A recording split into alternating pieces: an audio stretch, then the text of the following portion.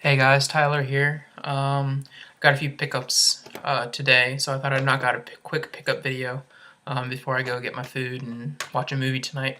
So yeah, these are just a few pickups that I've done since my last video. I haven't done too many pickups since then because like you guys know, I've just moved, so I had a lot of bills and utilities and things to pay. And in case you can't tell, my throat's a little sore today, so I don't have much of a voice, so bear with me. These first two were actually the last two that I got from the Best Buy Upgrade and Save program. The first one was for the movie party we just had last week. It's There Will Be Blood. I got this for $5 with the Upgrade and Save. This is my first PTA film, and like I said, I watched it during the movie party, and it was actually really, of course, really good.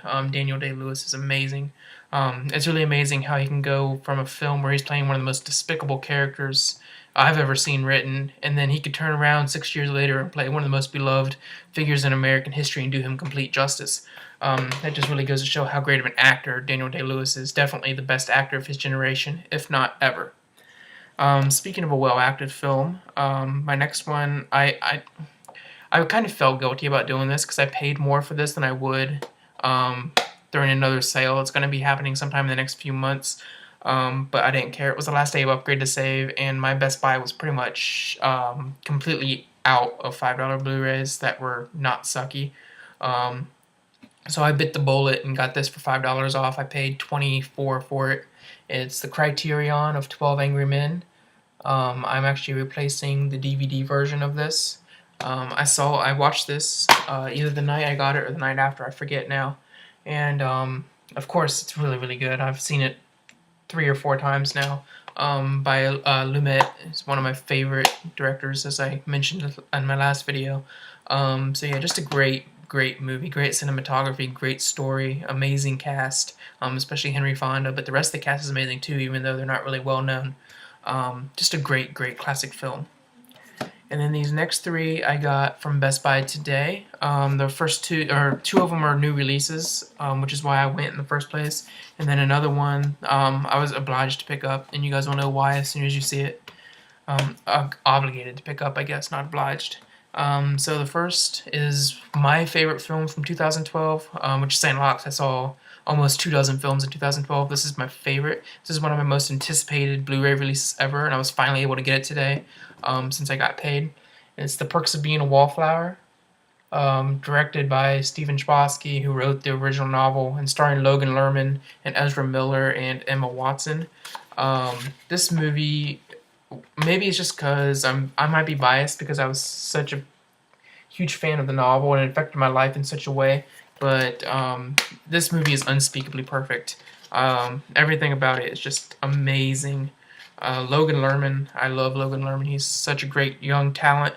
Hopefully he steers away from Percy Jackson from here on out and starts doing more dramatic stuff because he's really great. And of course Ezra Miller, which we know from We Need to Talk About Kevin, is he stole the show in this movie as well, just like he did in We Need to Talk About Kevin. Just an amazing young talent. Believe it or not, Emma Watson is actually the weakest actress in this film. Her American accent isn't that great, and she just doesn't stay on par with the other two, the 2 male actors, but she's still pretty good. Proves that she can do stuff away from Harry Potter. She might still need a little bit of work, but definitely the weak point of an otherwise amazing film. I can't say enough about how much I love this film and how much it means to me, because of how much the novel meant to me. So there's that. This is one that I have not seen. It's Bully, which is the documentary, the anti-bullying documentary that made a lot of news a few months ago. Just in case anybody was confused about it, it does say that it's the PG-13 version. That's because this film originally was rated R. The MPAA originally rated it R because of language and violence, and there was a big stink and a lot of appeals to the MPAA to down the rating to PG-13 so that teens could get in to see it without their parents. And eventually the MPAA did cave. It was slightly edited in order to give it a PG-13 rating. And the reason that it says PG-13 version on here is because there is another cut that is even has even more taken out, that is made for schools to screen, so that younger audiences like middle schoolers and elementary schoolers can see the film in school, so that this can be used as learning material in by counselors and teachers and administrators to take a stand against bullying in public schools. Well, in private schools, I guess. So yeah, that's where the confusion with the PG-13 version comes in. This is the original cut of the film. I don't even know if the R-rated cut still exists or not. I don't know how much they took out. This is the version that was in theaters. So if you see this and you're confused, don't worry. That's all it is. I've not seen it yet. I really look forward to doing so. There's a lot of good material on the inside, directing kids how to take action against bullying in their schools. It just seems like it's definitely a really relevant issue. And the epidemic of bullying is something that needs to be curbed before it takes the lives of any more teens. I'm sure you guys know about all the gay teens who have been committing suicide because of bullying. And it doesn't even just extend to bullying about sexuality. It's bullying about weight, bullying about age, bullying about intelligence, anything. Bullying in general just needs to be eradicated.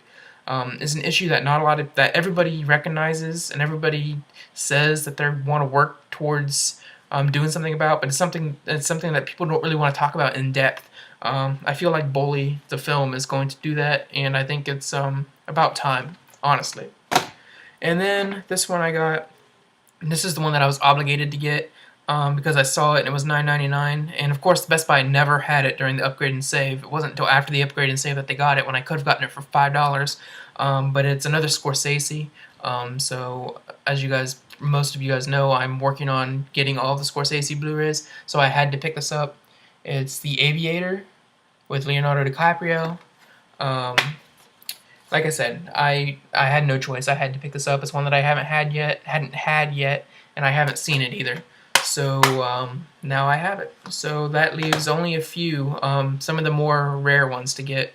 And hopefully I'll be getting my hands on Kundun sometime soon-ish. When my tax money comes, that's going to be a little treat for me. I'm going to order it from Hong Kong, which is where the only Blu-ray that exists of it is. Luckily, it's still Region A/Region 1, so it'll play in my Blu-ray player. So I'm getting pretty excited to get that because it'll be a real rarity in my collection. So yeah, those are my Blu-rays, or my pickups for my Blu-ray pickups for these past couple weeks. Kind of slow couple weeks, but I plan on getting some more when my tax return gets here. I'm not going to spend a whole lot on it because I have other responsibilities, but I'm definitely going to be getting some Blu-rays. So yeah, that's all for now. So I'm going to go pick up my food, and I'm going to watch The Perks of Being a Wallflower tonight. And I'm not going to cry. Okay, who am I kidding? I'm going to cry, but it's okay because it's a good cry. So yeah, I'll catch you guys on the flip side. Peace.